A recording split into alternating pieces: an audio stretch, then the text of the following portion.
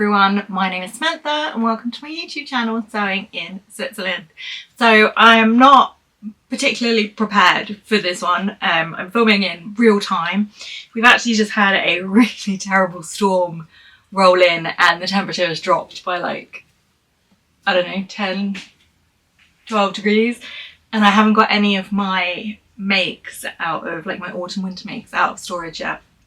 So I'm kind of bombing around in this old Lord of the Rings jumper. So please no judgment, okay? I've also, I don't know if you can pick it up on camera. I'm hoping not, but I'll let you know just in case. I was blow drying my hair, but I only got halfway through because I don't know how I managed this. I turned my head at the same time that I turned the hairdryer and like donked my head really badly. So I've got a bit of a bruise coming up that I hope that you can't see on the camera, and also my hair is very frizzy, so you know, just pretend you can't see me today. Okay, so I'm filming in real time with no preparation for this video because wanted to address the passing of Giorgio Armani yesterday. So may he obviously rest in peace. And I just wanted to come on and talk a little bit about Giorgio Armani and the influence that he's had in the fashion industry and how that filters down to us in the home sewing world. And he was just a really, really incredible person. And I think that it warrants talking about and providing some resources in case you want to read up on his life and see some of the creations that he made for the catwalks and whatnot. So I just want to share like a very brief introduction into Giorgio Armani and his life. So he's regarded as one of the world's most influential fashion designers. Famously, I'd say most famously known for his power suit. He originally started off in men's tailoring and then adapted and went into women's wear as well later on in his career. So I've included a link in the description. I've included several actually, but this particular one is to the fabric store. And there's an article there that goes through Armani's biography and his life in detail, and it's by a person called Rosie Lesso, and it's just incredible writing. It's really, really interesting. Definitely worth a read if you want to know more.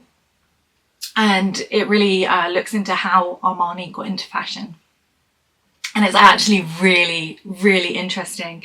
So one of my favourite parts about his life is that there was no formal training that he received to go into the fashion world. He was actually badly burned in the Second World War, and as a result of that wanted to pursue a medical career. And so he went to university and was studying medicine, and about 3 years in, I want to say, I'll have to fact check myself, several years in, he had to go and complete his military duties. So yeah, so he didn't come from like a particularly artistic or like a fashion forward household or anything like that. He went in a completely different direction, right? And so he completed his military service, and then he left and eventually started working as a window dresser for a department store. And so he totally pivoted away from the idea of medical career and completing his studies, and he worked as a window dresser, and he worked his way up through the ranks of this department store, and he became like a fashion photographer and eventually landed on fashion buying. And he became the kind of the head fashion buyer for this company. And it was from this point that he really started to play with his own designs and, looking at fashion from a different lens and a different perspective and creating his own works, right? So it's really interesting. He kind of like landed there by not by mistake, but by, I don't know, some sort of divine intervention, if you believe in any of that. Like the universe led him there, right? So yeah, and then obviously later on he founded Armani with his long-term partner, and he eventually, and not early on in his career by any means, branched out into women's wear, and he has been instrumental in shaping business attire for women in predominantly male centric areas. So he took the men's kind of power suit and he adapted that form and made it for women, and it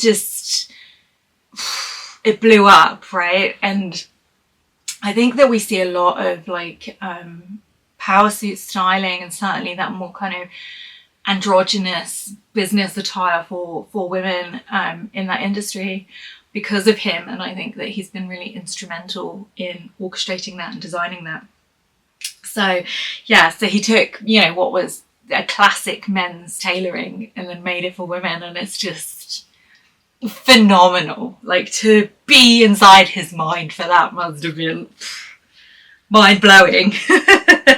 So, but still, he didn't really become a household name until the 80s. And I'm going to put a picture up for you here. Because even if you haven't seen the film, I think that we'll all recognise this photo of Richard Gere in the 80s. So it was the film called American Gigolo, and Armani created the costumes for this film, right? And it launched him into the stratosphere. He became a household name because of it. And I partly think that, you know, how Richard Gere wears these outfits is something to do with that. Very, very beautiful. So I'll put up the photo so you can all have a look.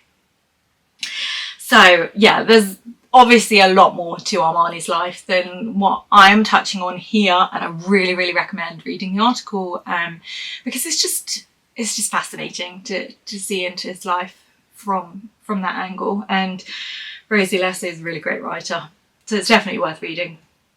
So if you actually want to look into Armani tailoring in closer detail, then do I have something for you?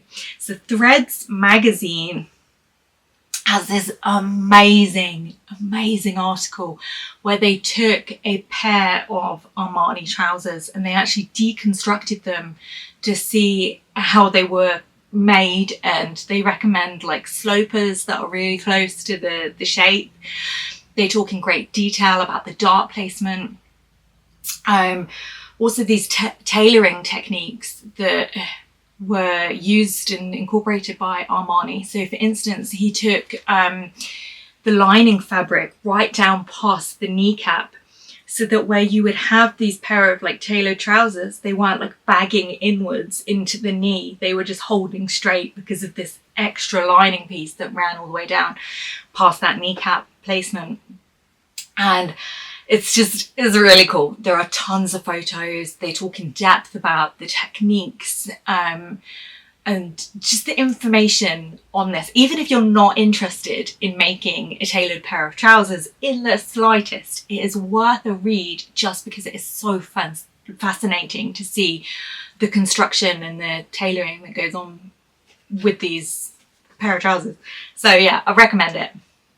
If you're into sewing, it's a good read. It is a good read, and it's easy to read as well. So like if you're relatively new to sewing, or you haven't tried tailoring, or you know it's not in your current level of skills, then read it anyway, because it's very easy to read. It explains things in a way that are easy to follow. It doesn't just throw a load of jargon at you if you're not accustomed to those terminology. You can still follow along. So yeah, this is brilliant article. Really recommend it.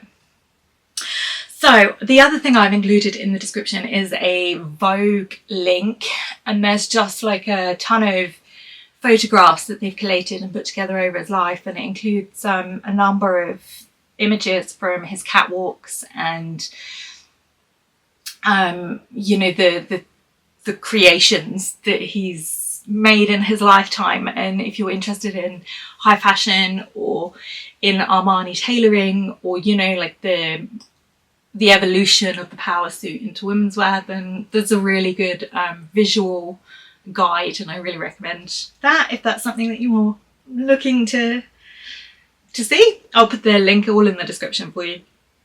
So I think here what really resonates with me and from Armani's life is that you don't need formal training. And I say this in a lot of my videos, guys. You don't need formal training to do something.